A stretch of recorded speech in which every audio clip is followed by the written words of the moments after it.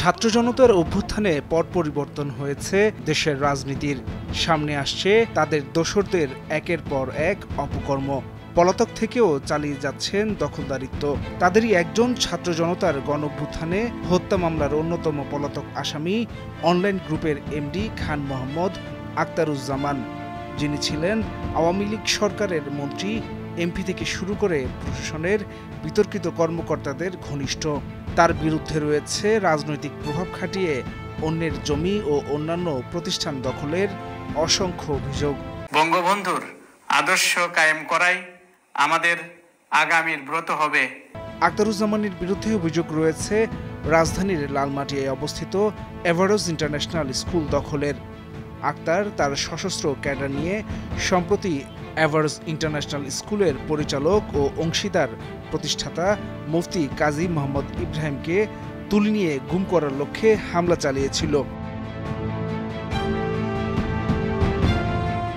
এই ঘটনার প্রতিবাদে শুক্রবার জাতীয় প্রেস ক্লাবের সামনে মানববন্ধন করা হয়। কর্মসূচি থেকে মুফতি কাজী মোহাম্মদ ইব্রাহিমের ওপর হামলার ঘটনায় জড়িতদের গ্রেফতারের দাবি জানান বক্তারা।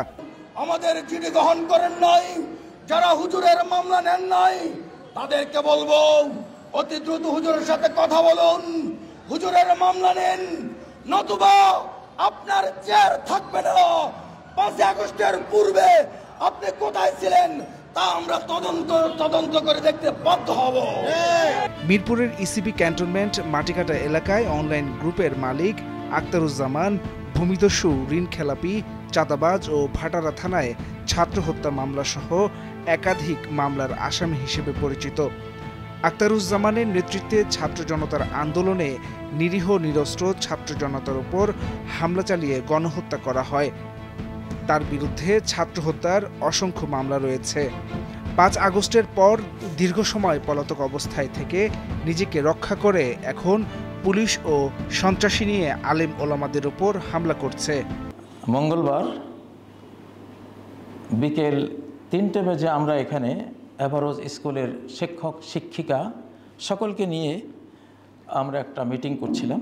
হঠাৎ জনাব খান মোহাম্মদ আখতারুজ্জামান, তিনি আনুমানিক 50 জনের মতো তার অনুসারী এবং বিভিন্ন ধরনের মানুষজনকে নিয়ে তিনি আমাকে অ্যাটাক করলেন।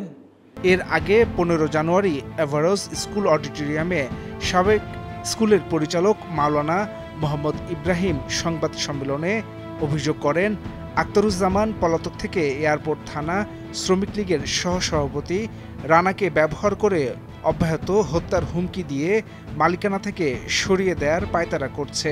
আখতারুজ্জামান সশস্ত্র অবস্থায় দলবল নিয়ে তুলে নেওয়ার চেষ্টা করেছেন বলেও অভিযোগ করা হয় সংবাদ সম্মেলনে। এমন একটা পরিস্থিতি উদ্ভূত হলো, এটা যেন attempt to murder. Mohammad Ibrahim জানান, 14 জানুয়ারি স্কুল অডিটোরিয়ামে স্কুলের পরিচালক, শিক্ষক ও প্রশাসনিক কর্মকর্তাদের সামনে অনলাইন আখতার ওরফে খান আখতারুজ্জামান পুলিশ ও সশস্ত্র ক্যাডার নিয়ে অশালীন আচরণ করতে শুরু করেন এবং হত্যার হুমকি প্রদান করেন, যা সিসিটিভির ফুটেজ ও ভয়েস রেকর্ডে সংরক্ষিত রয়েছে।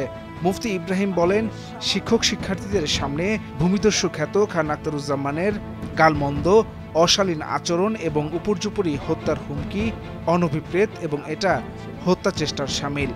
স্কুলের পরিচালক, শিক্ষক ও শিক্ষার্থীদের উপস্থিতিতে পুলিশের সহায়তায় এবং পুলিশকে সঙ্গে নিয়ে যে আচরণ করেছেন তা খুবই হতাশাজনক। আমি যদি সামান্য একটু প্রতিরোধ করতাম, কালকে এখানে রক্তাক্ত পরিবেশ তৈরি হয়ে যেত। হাসান শাব্বির, ভোরের কাগজ। আমি বিষয়টিকে